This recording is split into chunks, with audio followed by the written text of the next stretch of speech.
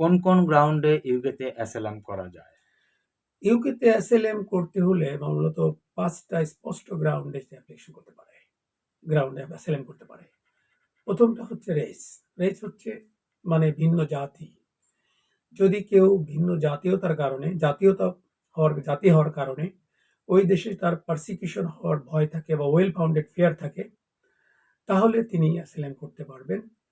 সে এখন কোয়েশ্চেন হচ্ছে রেসটা কি? ভিন্ন জাতি কি? যেমন বাংলাদেশে যদি তুলনা করি, বাংলাদেশে যদি এক্সাম্পল দেই, তাহলে বাংলাদেশে যারা পাহাড়ি আছে অথবা বিহারি আছে বা পাকিস্তানিরা যদি থাকে, এরা যদি বলে যে তারা পাকিস্তানি হওয়ার কারণে বা বিহারি হওয়ার কারণে অথবা উপজাতি হওয়ার কারণে তারা বাংলাদেশে বিভিন্ন দিকে ডিগ্রেডিং হচ্ছে অথবা তারা পার্সিকিউটেড হচ্ছে, সরকারিভাবে তারা নিগৃহীত হচ্ছে, অত্যাচারের শিকার হচ্ছে, তাহলে তারা অ্যাসাইলাম করতে পারবে। দ্বিতীয় হলো রিলিজিয়ন।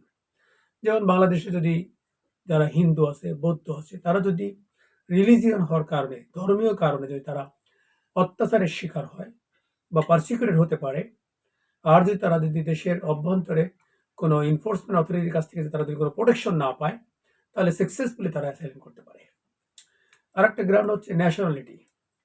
এটা race and nationality almost same, যে যদি অন্য দেশের ন্যাশনালিটি যদি হয়, যদি আসে, কিন্তু সে বাংলাদেশের ন্যাশনাল না তারা, কিন্তু পাহাড়ি বা বিহারিরা কিন্তু বাংলাদেশে থাকছে দীর্ঘদিন ধরে, কিন্তু অন্য দেশের ন্যাশনালিটি যদি এদেশের ন্যাশনালিটির সাথে যদি এরকম হয়, ভিন্ন ন্যাশনালিটি হওয়ার কারণে সে সেখানে ডিগ্রেডিং হচ্ছে অর্থাৎ পার্সিকিউটেড হওয়ার সম্ভাবনা আছে, তাহলে সে অ্যাসাইলাম করতে পারবে এবং এই কারণে টার্গেট হয়ে থাকে।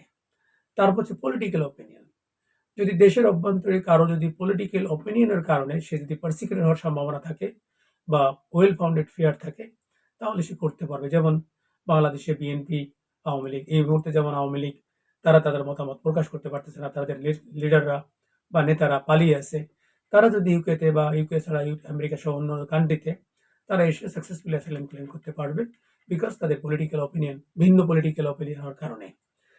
আর হচ্ছে যদি কেউ মেম্বারশিপ পার্টিকুলার সোশ্যাল গ্রুপের যদি মেম্বার হয়, তাহলে তারা ওই পার্টিকুলার সোশ্যাল গ্রুপের মেম্বার হওয়ার কারণে তারা যদি ডিগ্রেডিং হওয়ার সম্ভাবনা থাকে, পার্সিকিউটেড হওয়ার সম্ভাবনা থাকে, তাহলে তারা অ্যাসাইলাম ক্লেম করতে পারে। যেমন যদি কেউ যদি বলে আমি LGBTQ যদি বাংলাদেশে থেকে থাকে আর তার মেম্বার, অথবা জেন্ডার বেস কোনো অর্গানাইজেশনের সদস্যরা যদি মানে বিভিন্নভাবে যদি অত্যাচারের শিকার হয়, অথবা যদি কোনো